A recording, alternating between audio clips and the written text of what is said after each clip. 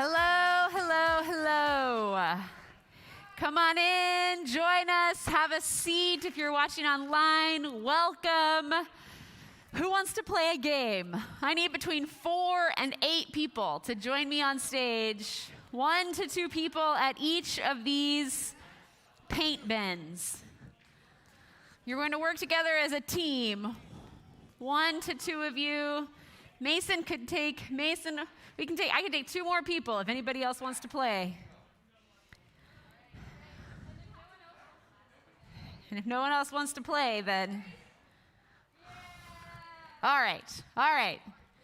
So, this is your task. You are going to create a sculpture out of the trash. These are trash bins. You're going to create a sculpture out of the trash that you find in your bin. And I have a box of M&Ms. I have 2 boxes because you each get your own box. You don't have to share the boxes. 2 boxes of M&Ms. So the winner gets M&Ms, basically. And you have 2 minutes to create your sculpture, all right? And you have to explain it to me afterwards. Are you ready? Yes. On your mark, get set. 2 minutes, go. Or 2 minutes and, there we go, 2-ish minutes. It's a generous 2 minutes. Let's see. Off to a strong start with some standing paper over here.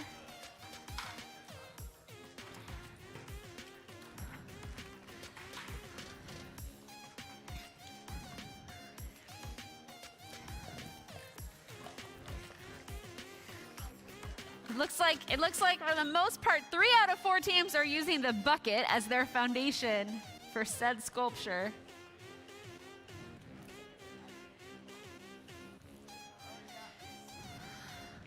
Two minutes is not a lot of time. You gotta work fast. 1 more minute.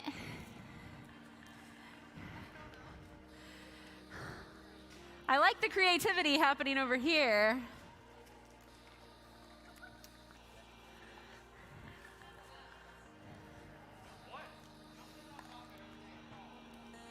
Oh, the clips on the tissue paper. That was smart. I like that.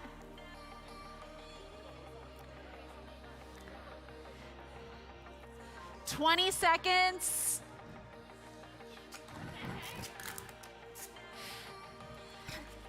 Got it. Yeah, I like this. All right, stop. Put everything down. We're going to start over here. I guess what? I need that mic. And Lindsay's busy. We had a whole conversation about how I wasn't going to need the mic, and guess what? I need the mic. All right, thank you. All right, who from your team is going to explain your sculpture to me? It's modern art. Oh. Try again. It's modern art. Modern art. All right. Gentlemen? Ours is Finding Nemo. Finding Nemo. The purple thing is Mr. Ray, right? And then right here is the anemone they live in. There's Nemo. All of this is the seaweed. Wow. There's the little guy who says, "Go touch the butt," right? Then there's the octopus. I forget the name. It's the pink one, but it's not really pink. So, Finding Nemo. All right. Good job. It was like an attempted exotic Rudolph, but... Exotic Rudolph? Sure, yeah. Okay. Christmassy. Yeah. All right. We got Christmas over here. Ladies? Ours is a cleaning robot, which is cleaning up our mess. A cleaning robot cleaning up your mess. All right. You're going to vote with your applause. Are you ready? Modern art. Yeah! Finding Nemo. Rudolph Christmas. Exotic. Robotic vacuum. Oh my Wow. God. Wow. All right. I think the winners are clear. There's another box of M&Ms on the table back there. So good job, guys. Finding Nemo. You can just leave it. Just leave everything right where it is. Don't touch anything. Good job. I'm going to use these. I'm going to use these in my message. See? Okay. Hey, everybody needs one of these enormous red things and one of these green cards. Did you guys get these as you walked in? No? Okay. There's going to be some people coming in here with some calendars and some cards. Maybe. Hey, Krista, will you pop out and see if there's calendars and cards? All right. Here they come. Calendars and cards. Everybody needs a big one and one of these. While those are coming around, let me talk to you guys a little bit.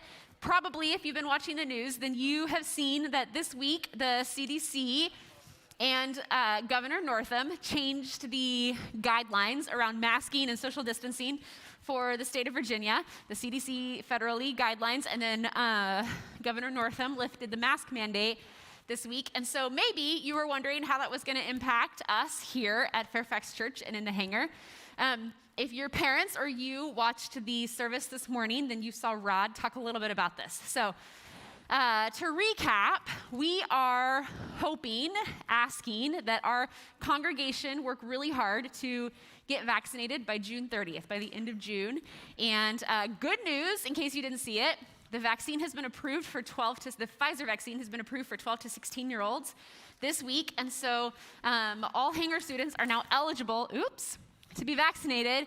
And we're really hoping that you guys will take advantage of that. We'll get vaccinated. And it is our desire, Rod talked about this, he's going to send out a survey to everybody in the church this week. The church is sending out a survey to everybody to kind of get your thoughts on what we should do and what our timeline should be.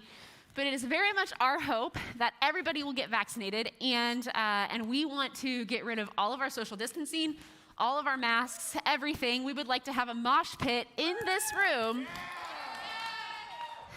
as soon as possible, but we want to make sure we do it safely. So have a conversation with your parents, with your medical provider, with whoever you need to have. We know that some of you, maybe it's not a possibility for you just yet, but as many of you as possible to get vaccinated so that we can, to be honest, just get back to normal, like be who we want to be around this place as soon as possible. So our target is July, but listen, if we can do it before that, we'll do it before that. It is up to you. You have the power. So yeah, that being said, you know that we have been on the hire for a new director of student worship.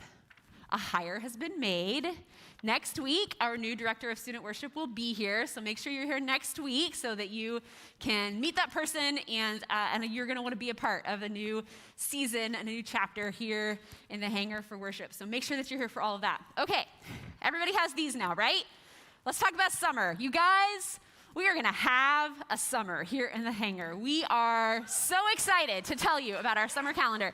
We're going to start on this big red page, which I have been informed requires I have to teach you how to read it, apparently. So here it is. This is our summer series. It's called In the Beginning, Total Destruction. The Bible starts with in the beginning, and the Old Testament ends with total destruction. And we are going to read together as a ministry Genesis through Esther this summer. So a big chunk of the Old Testament. We're going to cover a lot of history, all of the Torah, and a whole lot of the history. And we're going to do that in about 12 weeks this summer. So it's going to require about 30 to 45 minutes of Bible reading every single day. And we're going to ask you to sign up to do that. If you sign up to do it with us, then we're going to put you on a group text so that we can do daily check-ins. You're going to get a summer survival guide for that, some highlighters and a journal and all of that. Going to make sure that it's accessible for you. We're going to be talking about it all summer long. So our series each Sunday is going to be kind of walking through what you can expect to read that week to help you understand a little bit better what it is that you've been reading. And we're going to do some other fun stuff along the way to make it interesting. So you can sign up to do the daily stuff with us, but the series we're going to do on Sunday nights for everybody, whether you're signed up for the during the week stuff or not, is In the Beginning, Total Destruction. So that's what's right here. Here's all of our Milkshake Fridays. Milkshake Friday is back this summer in the hub, 1 p.m., totally free.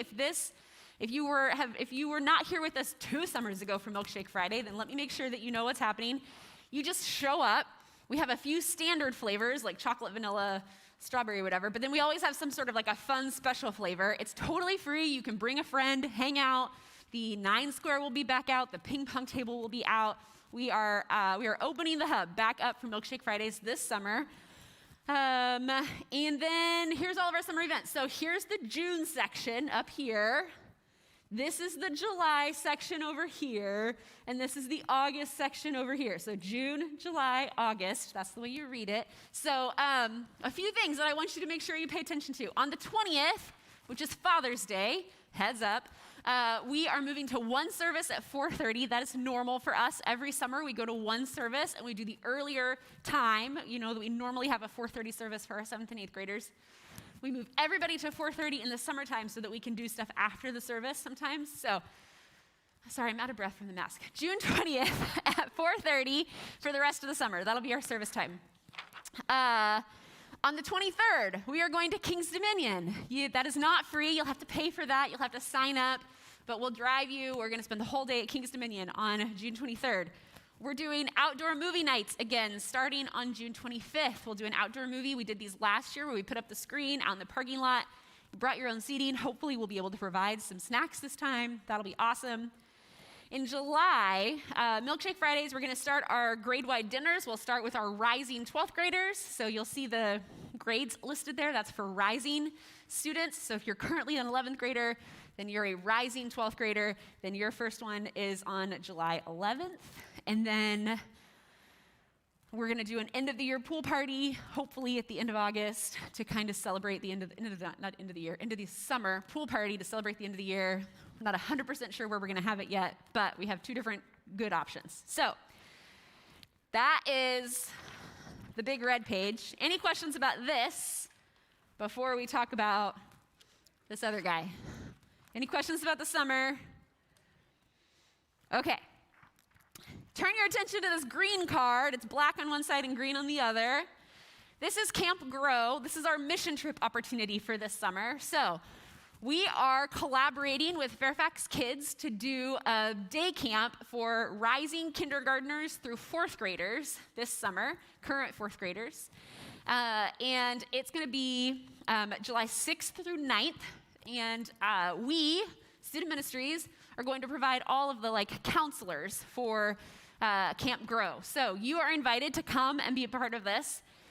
The current 5th and 6th graders are also going to be counselors alongside of us at Camp Grow in the mornings. And then in the afternoons, we, alongside of the current 5th and 6th graders, are going to do some service projects in the church and off-site. We're going to work with some of our local partners to do some service projects in the afternoons. And then in the evenings, we're going to serve dinner and then come back here and have a worship service, followed by some processing time. Traditionally on our mission trips, we call that circle time. And we're going to do all of that together in the evenings. So Tuesday, Wednesday, Thursday, Friday, July 6th through 9th will be our mission trip. Free for you. You can just sign up to be a part of it. You don't have to pay anything.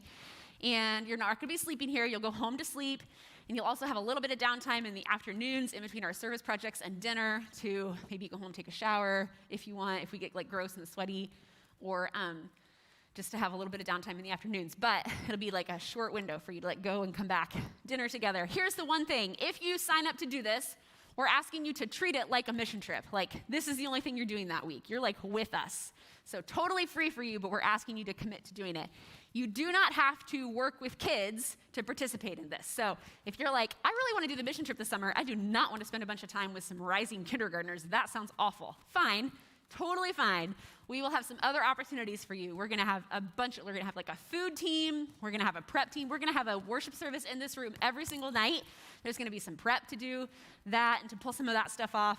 There'll be some other things other things that you can do other than just hang out with the kids in the morning. And then we'll have the service projects in the afternoon, the worship services at night. It's going to be awesome. We are really excited about this. And I can take as many of you as want to participate. So that's what this is. You can register for this. You have to register for this. You can't just show up on July 6th. You have to register. And you can register for this online, or and your parents have to register. And your parents already have the email. So Jackie sends out an email every single week that has information in it for parents. Some of you maybe get that email. The registration link is in that email. So they already have the link to register, or you can email, you can see it here, you can email Jackie directly, and she can get you signed up. So that is our mission trip this summer. It's going to be awesome. I'm so excited about it for so many reasons, mostly because it's free and you can all come, so it's going to be great. Any questions about this? Okay, awesome. It's going to be such a good summer. I'm so excited. Okay, I think I told you all the things I needed to tell you. Get vaccinated, new director of student worship, Camp Grow, summer calendar. Okay, I think that's it. Hey, if you're a senior tonight, we are doing some special senior sessions. We do these every year. So the first one is this week, and then we're going to do another one next week. So if you're a senior, then we are meeting in a different spot tonight. We're going to go to the old hangar, also known as Community Room 3, but forever known as the old hangar. And we also have a couple of groups combined, but I will clarify what those combined groups are. I will actually read it to make sure I give you the right instructions at the end of my message. Let me pray for you. Everyone say hi, Sierra. Say hi, Izzy. Say hi, Derek. Let me pray for you. God, thanks so much for this time to be together. We are so excited about what is in front of us. We are excited about the lessons that you have taught us in this last year, but we are excited about the new thing that you are about to do, the new thing you are doing here in this ministry. God, whatever we brought in with us tonight, whatever heaviness we brought in with us, whatever drama we brought in with us, we just ask that in these moments we would be able to set that down, to turn it over to you, and to just to turn our hearts towards your voice, that we might learn whatever it is that you have to teach us in these moments together, and that you might change us in small ways and big ways, God. May we be people that seek your heart, that seek to serve you, that seek to worship you with all that we are. We love you, Jesus. In your name we pray. Amen.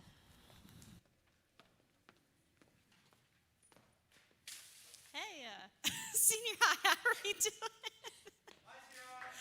Good. You guys doing okay? Y'all are so funny. There's like all of you on this side. What happened? Y'all just like did it that way. Okay, who's excited for our summer calendar? There's like so many great things coming up. Like a little piece of reality, right? I think it's great. I'm super excited. All right, are y'all ready to worship tonight? Yeah, all right, here we go. All right, I know y'all know this one, so put your hands together. Close my eyes and colors fly. There's no hiding from your grace. I can't deny your heart from mine, and it's unrelenting. I was on the edge of deception, caught up in my own hesitation, until your love took over me. Sing, so I let go.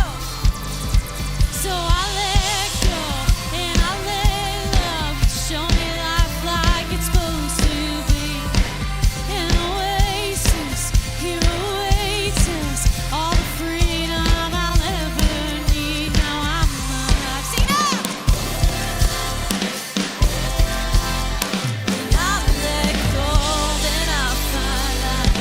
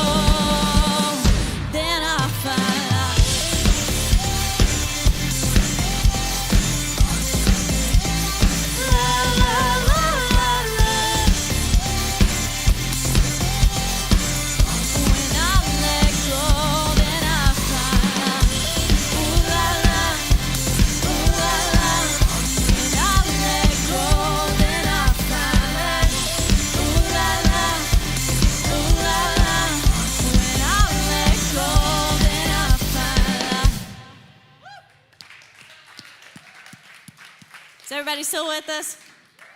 Yeah, all right, let's continue to worship.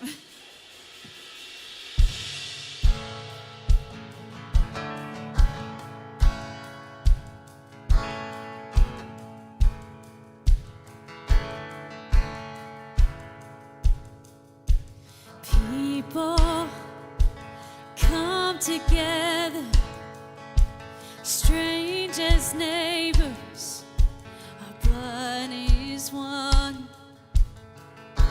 Children of generations, of every nation, of kingdom come. So don't let your heart be troubled.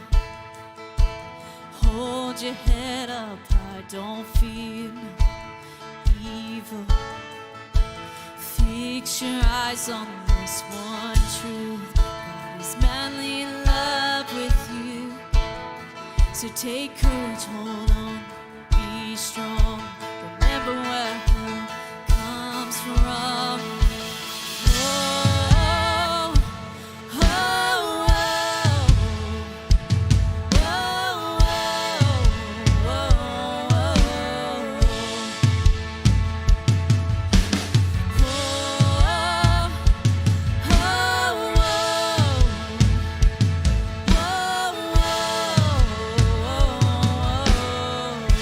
Sing this out, sing Jesus.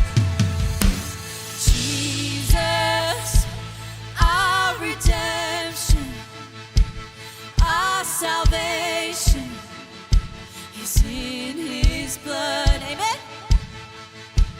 Jesus, light of heaven, fret forever, his kingdom come.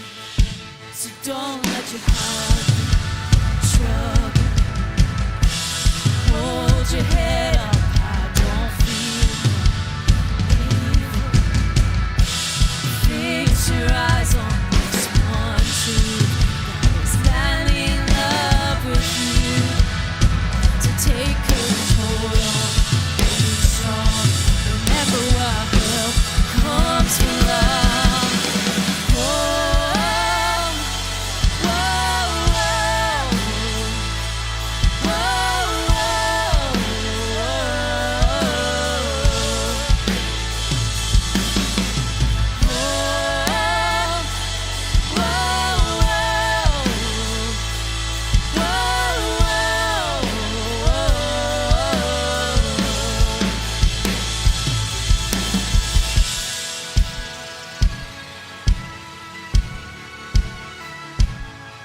Jesus, you are our Redeemer.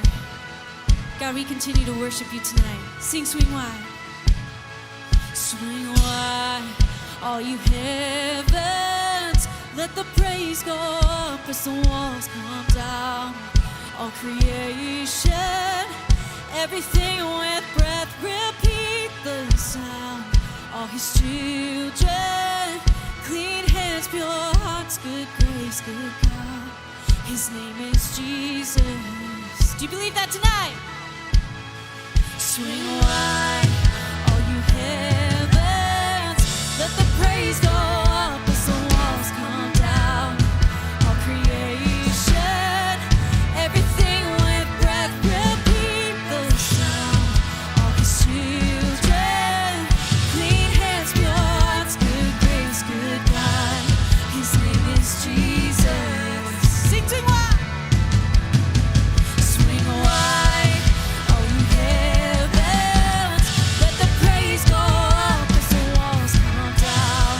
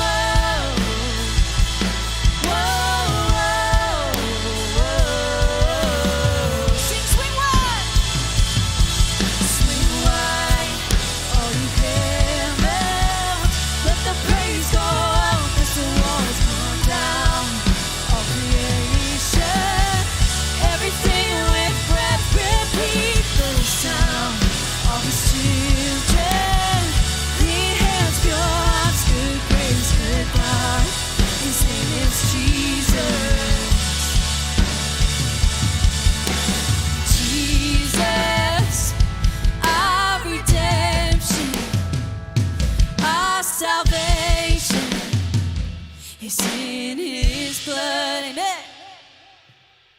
Jesus, light of heaven, friend forever, his kingdom come. Yes, Jesus, that's our prayer tonight. God, we thank you for this time, and we thank you so much for your love. And it's in your name that we pray all these things together. And everyone said, amen. You guys can have a seat.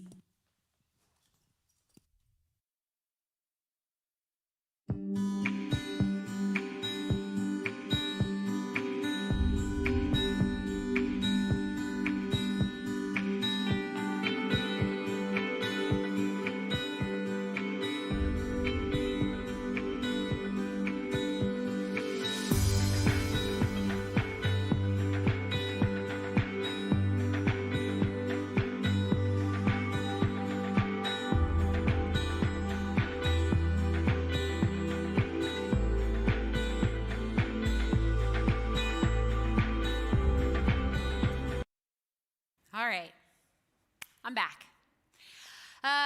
So last week we were online only. So and you may, if you watched, then you know that we started a new series called Lost and Found. And I just went and grabbed this. This is, by the way, this is a true story, what I'm about to tell you. This is exactly the way it just happened. I just went and grabbed our church's Lost and Found bin out of the Lost and Found. And I grabbed it because that was my plan all along. I swear to you, I am not making any of this up. And you know what I found on the top? This is mine. This is my Bible. Okay, I need to tell you the story about why my Bible is in the Lost and Found at my church where I work, and by the way, has my name on the inside of it. Granted, it's my maiden name, because the Bible was given to me by my parents in Christmas of 2000. So, I'm a little worked up about this because this literally just happened. So, I go to get the Lost. The reason why my Bible was in the Lost and Found is because Pastor Rod, who I am throwing under the bus as we speak right now, likes to borrow my Bible and use it to preach. He likes it because it's a good size. It's a little thin-line Bible. It's the print is just about the right size for preaching. So for years now, he has taken my Bible off my desk where I keep it and used it to preach. So much so that it's a joke where he calls it his Bible, and if I ever need it, I should come and get it from his desk because he knows how I like to use his Bible, right? It's a whole thing. If you've ever seen him preach with this brown Bible in his hand, you know now it's mine. So a couple of weeks ago, I filled in for Pastor Rod and preached in the sanctuary, and afterwards, I got a text from Emily, our facilities director, who was like, hey, Jess, I put your Bible that you're using to preach this weekend, I put it on the chair or something like that. And I was like, well, I don't use I don't use the physical Bible to preach. I preach from the Bible, but I don't use a physical Bible. I put it in my notes so that it's less things for me to carry, right? So I didn't have a physical Bible in my hand, so I was like, I don't think it's mine unless it's the one that Rod uses all the time, which apparently he just left laying around on the sound booth for a couple of weeks because it ended up in the Lost and Found. So, I'll be following up with him on that. Not really. You know what I'm not going to do? Follow up with Rod on why my Bible was in the Lost and Found. Okay, some other things, though, that were in the Lost and Found. Some of this, maybe some of you will find something. There's an empty, what do you think this is? A kitty cat? Is this a cat? Empty cat purse? Let's see. Here's another Bible in the Lost and Found that is the property of Fairfax Community Church, location sanctuary. We might be able to put this one back where it belongs. We might know where that one goes. A curling iron? Anybody leave their curling iron at church? A cord to something. Lenovo, probably a laptop. Yeah. Somebody's glasses. Whew. They needed those. This is probably a baby's toy. A necklace, maybe? And then, oh, that's cute. Let's see, we've got some, that looks like a kid's. Dinosaur, we got a lot of kids' clothes in here. dinosaur t-shirt, dinosaur long sleeve. Let's see, a glove, a scrunchie, a pencil. Anybody? All sorts of things you can find. Oh, anybody need some lipstick? Wet and Wild. The color is cashmere. Anybody? Anybody? Okay. Another Bible, another glove, some headphones. All right. So there's lots of reasons why things end up with the lost and found, right? Some of them may be good, some of them not so good. But have you ever like looked through a lost and found looking for something and been like, why did this get turned in? Like, why did this get put in the lost and found, right? Like, why didn't this just go in the trash? By the way, if you ever leave something on a church trip, if you ever like accidentally leave something on a mission trip or say like HANGAR 48 or something, you have about 2 weeks to claim it and then we throw it all away. So if you left something last HANGAR 48, we do not have it anymore. It got thrown in the trash. So sometimes we lose things because we're careless. Sometimes it's because we get distracted. But there's another reason why things might get lost and stay lost. Some things stay in the lost and found for a long time. They collect dust because, well, maybe because they just aren't worth the effort of someone to claim them, right? Like probably no one came back for the mechanical pencil because it wasn't worth the effort to come back and find it. But have you ever heard the phrase, one man's trash is another man's treasure? You know that phrase? So we have these trash sculptures that you guys built. This one fell over. Sorry about that. Did this one fall too? Or did Izzy kick it? No. And we had Finding Nemo over here, and we had modern art over on the side. And so, for those of you that participated, when I told you what the object of the game was, what were you thinking when I told you what you had to do? Anybody want to fess up to your make something cool? That was your first thought. Your reaction was make something cool. Anybody else? Were any of you? Yeah. Make something with a story. You focus in on make us have a story. Yeah. What about, yeah? Throw it together and hope that it works. Either of you? Yeah. I was thinking like something in the bucket with thinking something to do with it. You were hoping inspiration would strike once you like dug in. Did it? Yeah, it didn't happen. We had some pretty ideas. It just stood there for like It took you a minute. an entire minute. We were just like, no. Wilson, what were you gonna say? I just went off the colors. The colors. There you go. Did you know that going into it? No. All right. Well, do you think that your trash became more or less valuable as you sculpted?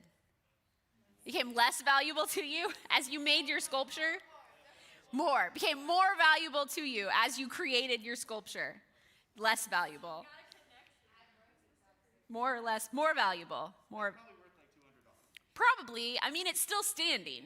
Yeah, it has some structural integrity. Yeah. Henry, what about you? More or less valuable now? More. All right, good. Well, whether something is trash or treasure is usually a matter of perspective. So here's what I'm wondering. Just how valuable am I as a person? I thought we would just do let's take a little bit of an estimate. So we're gonna assign some value, and I'm just gonna write some numbers on the board. So if I just roughly were to guess, my clothes, my shirt's from Target. My jeans are made well though, so that like balances out. The shoes are so old, I have no idea how much I paid for them. I've had these shoes forever. My earrings I got last year. I'm not going to include my wedding ring. Should I include my wedding ring? My wedding ring was expensive, but I don't even know exactly how much it was. I didn't buy it, right? So my engagement ring and my wedding set I didn't buy. So I have no idea how much that costs. But if I were to guess, like outside of my ring, and my watch, so probably my clothes are somewhere in like the $500 to $600 range when I include my watch in that. I don't know if you guys can read that, but $500 to $600. And then okay, so that's like a pretty straightforward. But talents are like the things I like about myself. Okay, so this is weird to tell you guys like the things I like about myself. I think I'm a pretty good mom. I'm not sure what do you think the market value is on being a mom? $14? Did you say $14? All right. We'll tell your mom. You said that shortly. She's probably watching. So, huh? 14 could be the bad number. Okay. What about, preaching? So if I were to go somewhere and preach, preaching just as if somebody just invited me to come, that would probably be I don't know, $200 or $300 to preach. It's not like a ton. Well, if I do a wedding, so I'm doing a wedding in a few weeks, and I think it's $200 to do a wedding. So there's that. Let's see, what else? Other arbitrary talents that I have. I'm a pretty good cook, and cooking a decent meal in a restaurant, you're easily going to spend $60 on that, right? So we'll put $60 down for that. But then there's some things that I'm not so good at. For example, I do not know how to put a button back on clothes. So we're going to deduct, that's $20. You have to take it to a tailor to put a button back on. That's $20. So that's no good. And I'm also not coordinated. I cannot play a sport, right? So I really like to work out, but I'm no good at any sort of sports. And in fact, really actually dislike playing sports publicly. So I don't know. I feel like if being a mom is only worth $14, being a good athlete should only be worth $14. I feel like being a good athlete shouldn't cancel out, be more, so we're going to say 14. So I don't know. $840 is what we've just determined that my value is right now as I stand here. Does that sound right to you guys? Okay, a few things may be missing from my general calculations about myself. All right, this calculation clearly does not represent my value any more than if we were to do a similar exercise with every single one of you, it would adequately represent your value, right? It's just, there's no way of doing that. But we often treat ourselves this way. We often treat ourselves as though we can assign value, not just ourselves, but we also treat other people like we can assign value to them. And we make those things based on our possessions, as if our money or stuff like that could actually add or subtract value to us. Or we will determine our own or somebody else's value based on their abilities, things that they're good at. Isn't it interesting how we all have different opinions about what's valuable? Apparently my mothering is only worth $14 to some of you in this room. And other things are worth more money, right? And if you think that value is calculated on how good you are at sports, then you're going to put a pretty unrealistic pressure on yourself to excel in that area, right? And you're going to look down on people who don't excel in that area. And then there's our characteristics, our other things. If you think someone's value is determined by their attractiveness or their popularity or their sense of humor, if that's something that you value in yourself or in other people really highly, then you might find yourself feeling shame about things you can't control when you don't measure up in one of those areas. Plus, you might miss out on some really awesome friendships with people who don't fit your particular definition of valuable. We usually calculate value, both ours and other people's, without really thinking about it. We just we do this exercise in 2 seconds in our heads when we meet a person for the first time. And we all have preferences and biases and experiences that shape our opinions on what we think is valuable. But that's why we have to think critically about how we define value, because it impacts how we treat ourselves and how we treat other people. So in this series, we are taking a look at just this one chapter in the Gospel of Luke, and it's a chapter that recounts this series of stories that Jesus once told about things that were lost and then found. And each story communicates a different truth, a really different and important truth. And these stories aren't historical stories, they're parables. Jesus liked to tell stories that would challenge us to think in new ways. And so they're not historical stories, they're parables that Jesus made up in order to teach us these important truths. If you listened to my message last week, then I'm pretty sure I said this then, that each time with parables, one of the things that was so cool about parables is that each time you read it or each time you listen to it, the more you learn about the parable, the more you dig, and it's kind of like an onion where you can just keep peeling back layers of the parable and discover something new about the story. And so the more you read about the parable, the more lessons there are to kind of glean from it. And so it's not the case with a parable that you can easily just say, well, this is what Jesus meant, and then walk away from it. I've learned that lesson and I'm good now. No. In fact, the more we learn about parables, the deeper that it goes and the more it's kind of like turning a gemstone and just seeing it like through like a slightly different angle, and how that makes something just brand new come to life for you. So parables are really interesting stories. We explored the first of these stories last week, but in order for this next story to make sense, we need to remember who Jesus was talking to and why he was telling these stories. So we're going to recap. Jesus told these stories to the Pharisees, who were the religious leaders who were super focused on following hundreds of religious laws in order to follow Jesus. We talk about this in here all the time because I want you to have a correct, well, as correct as best I understand it, understanding of who the Pharisees were. Because oftentimes we kind of like reduce them down. We do this like deductive thing where we reduce them down to just being the bad guys in the story about Jesus, right? Like Jesus is the good guy and the Pharisees are the bad guys. And that's not necessarily the case. The Pharisees were hyper-focused on helping the Jewish people interpret the law that God had given them in the Old Testament. And so they were trying to help the people follow the law better. Remember, the Old Testament, the laws that were written down in like books like the Leviticus and some of those texts that we're going to study this summer, those were written thousands of years before Jesus and the Pharisees. So thousands of years, I mean, think of how many things have changed since the New Testament was written, since Jesus walked the earth to now, with 2,000 years of history. It was just as much, if not more, I don't even remember how many, like 6,000 years that had passed between when Leviticus was written and Jesus. So a lot of things had changed in the world, and a lot of things had changed culturally. And so the Pharisees were tasked with reinterpreting and re-understanding those rules that had been written so many thousands of years ago, so that at the time, a modern Jew could understand them and could follow God's law appropriately. So it's not so simple as to say the Pharisees were just making life harder on the Jews. That being said, they got really focused on making sure people followed the letter of the law and would take one law and make it like 12 things you had to do in order to follow it. And so they had gotten so focused on following the letter of the law that they kind of forgot about what we would call like the spirit of the law, or the meaning of the law. The heart behind it of following God got lost because they were so focused on making sure that everybody followed all of these rules. So that's who the Pharisees are. The laws were really important. They weren't bad. In fact, Jesus tells us that Jesus came to fulfill the law, not to abolish the law. So Jesus isn't trying to just get rid of everything and give everyone a new way to live. Jesus said that the Pharisees had gotten some things wrong. They gotten some things really wrong because they believed that if you just followed the law enough, that could make you holy. And what Jesus was trying to remind them of is that you have to do more than just do the right things. You actually have to have a heart that is soft and is focused towards God. And because they were so focused on everybody just doing the right things, that made them really arrogant, that made them self-righteous, that made them dismissive of people who they believed were sinful, that weren't following the law the way they understood it.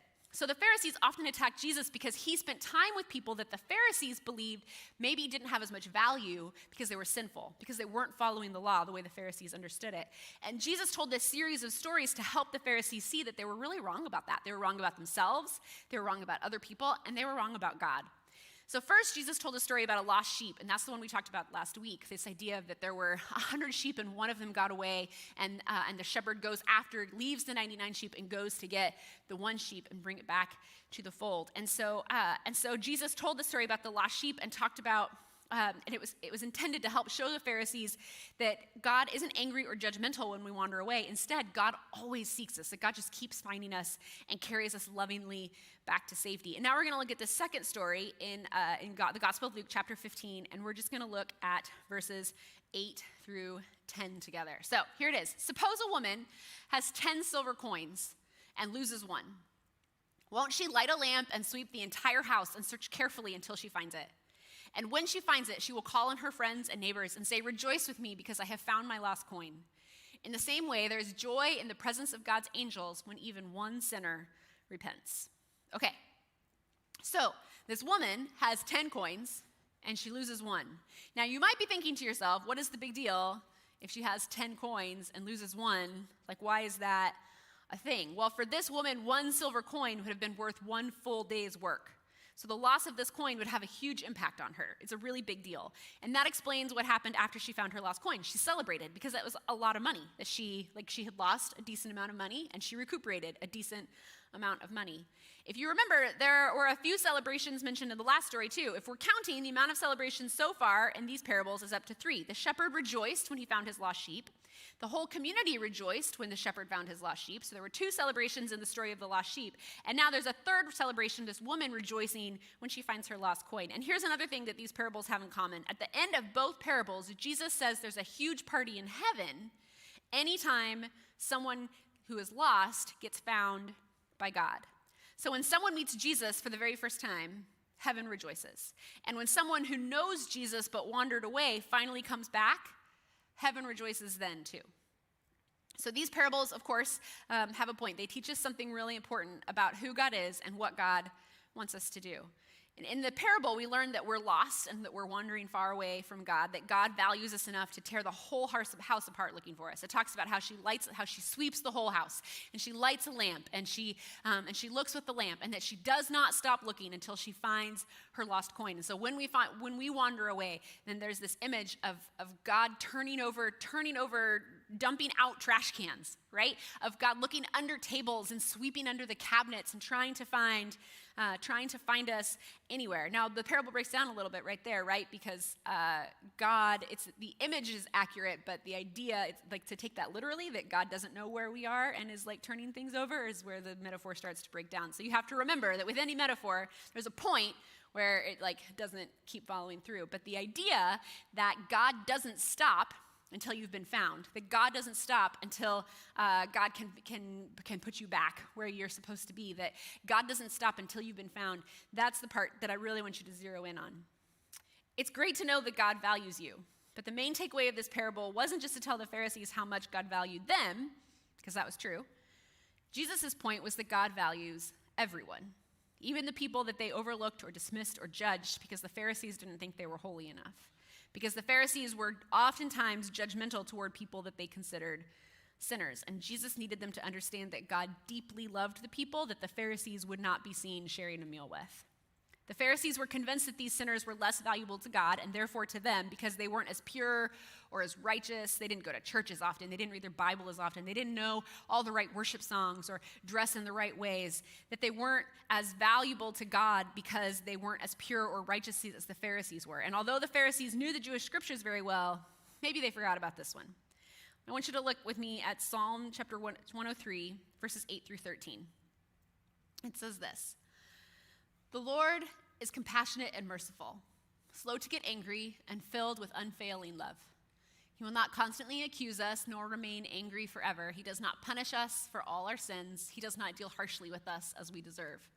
For his unfailing love toward those who fear him is as great as the height of the heavens above the earth. He has removed our sins as far from us as the east is from the west. The Lord is like a father to his children, tender and compassionate to those who fear him."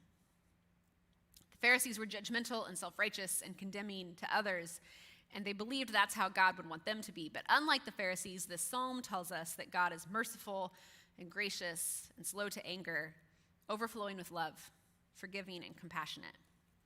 Jesus knew the Pharisees needed this reminder, but I think he knew that the Pharisees weren't alone.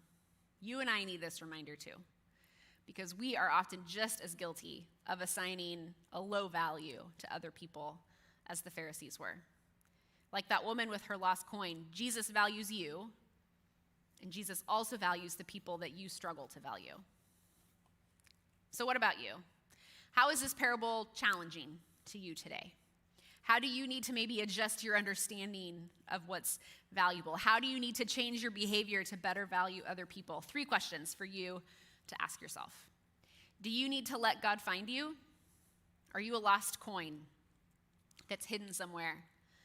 And you need to let God find you. Just like the woman in today's story, God is relentlessly chasing after us when we wander away from Jesus. And if you've never gotten to know Jesus, or you used to know Jesus, but you've wandered away, maybe this last year has been really hard on you and your faith. Maybe today's the day that you decide that you'd like to be found again. I'm not saying that it's as easy as that always, but maybe that's the first step for you to take today. For you to take a look at your own heart and to just sort of open up with open hands, offer it back to God and say, I want you to find me. I don't want to be lost anymore. If that's you, then maybe your next step today can be to tell God what you're turning away from so you can follow Jesus more fully. The second question is this: do you ever feel worthless? Do you ever question your own worth? Do you ever wonder how much could just my one coin, who I am, be worth? Do you think that you've been calculating your value based on maybe the wrong things? Maybe you've been thinking about how much you're worth based on how funny you are, or based on how many good grades you've gotten, or what schools you got into for college. Maybe you've been calculating your value based on the wrong things. Did you really need to hear how much God values you today? Do you need to be reminded that Jesus values you not for the external things, or even for, God doesn't even value you because of the inside things, not even because you're a good person or because you have a good heart. You're valued because you were created by God, because the creator of the universe is the one who determined your value.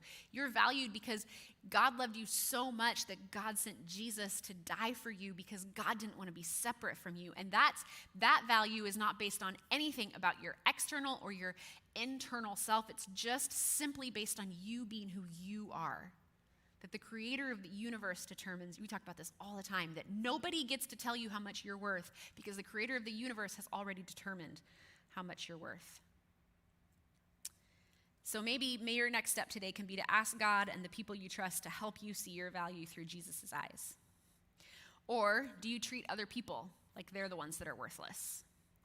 Remember, Jesus told this story to the Pharisees specifically. Although this story does show us how much you and I are valued by God, Jesus had a bigger purpose to convict us when we are sometimes guilty of putting a value on another person. When we are sometimes guilty of treating others with less value than they deserve. So who have you been viewing or treating as though they're less valuable than they really are? Who do you maybe dislike? Maybe you dislike them because you think they're judgmental of other people. I'm guilty of that. Oh my goodness. I am so guilty of having a less than appropriate value of other people because I think they're guilty of judging others, right? It's like this circular thing. Maybe you have been judged. Maybe you're the one who's been judging other people.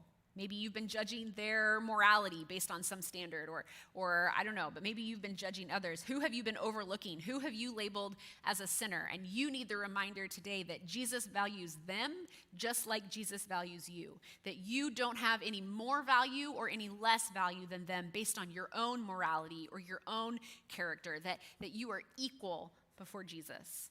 If you can name someone you've been devaluing, then maybe your next step today can be to do something that shows them and you that they truly are valuable. Jesus values you, and Jesus values the people that you struggle to value. I guess you could say that these two truths are like two sides of the same coin. On one side of your coin, Jesus values me. Jesus values you. On one side of that coin, you can remember that there are going to be times when you doubt your own value, either because of something you did or because of something that you think you are. And when those moments come, I need you to remember that even though you feel worthless in those moments, even though you feel like your value has decreased, that Jesus still values you, that you are God's beloved child, and that's enough no matter what you've done. You don't have to do or be anything else to be loved by God than who you are right now in this room, just the way you are.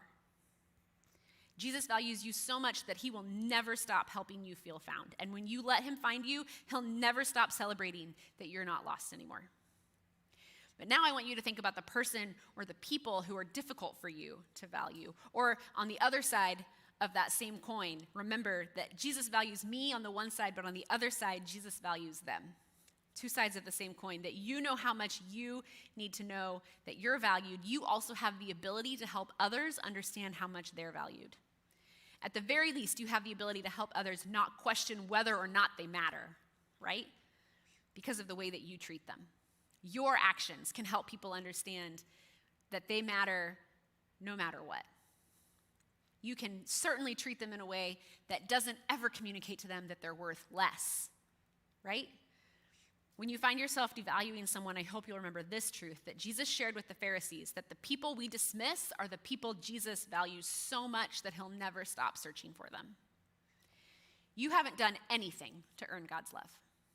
Not a single thing. The best thing you've ever done in your life did not earn you one iota of God's love. But you have also never done anything to make God love you less. The worst thing you've ever done has not devalued you for God one iota. That's true for you. It's true for me. Being a pastor doesn't mean that Jesus values me any more than he values someone else. There's nothing that we can do to earn God's love, and there's nothing that we can do to lose God's love. Now let that love change you so deeply that you begin to value other people the way that God values you. Just like that woman and her lost coin, Jesus values you and everyone else so much more than you could ever know. Let me pray for you. God, thank you so much for this time, for the opportunity to learn from your word, and for the way that you value us. God, there are people in this room who, for whatever reason, feel more like trash than treasure. People who are watching online, people who are listening in, who are questioning how much they're really worth. And God, I just ask that you would penetrate their hearts, that you would whisper to them in this quiet moment, in this stillness right now, that you would whisper to them that they mean everything to you, so much that you went to the cross for them. God, help us to believe that about ourselves, but help it to not stop with us. May we believe it about ourselves so that we can turn around and treat others like we believe it about them too. May it start, even if we aren't fully sure that we do believe it, may we act in a way that communicates that we believe it, and maybe by doing it, it'll actually cause us to believe it. How we treat ourselves, how we treat other people. May it come from a place of knowing that there is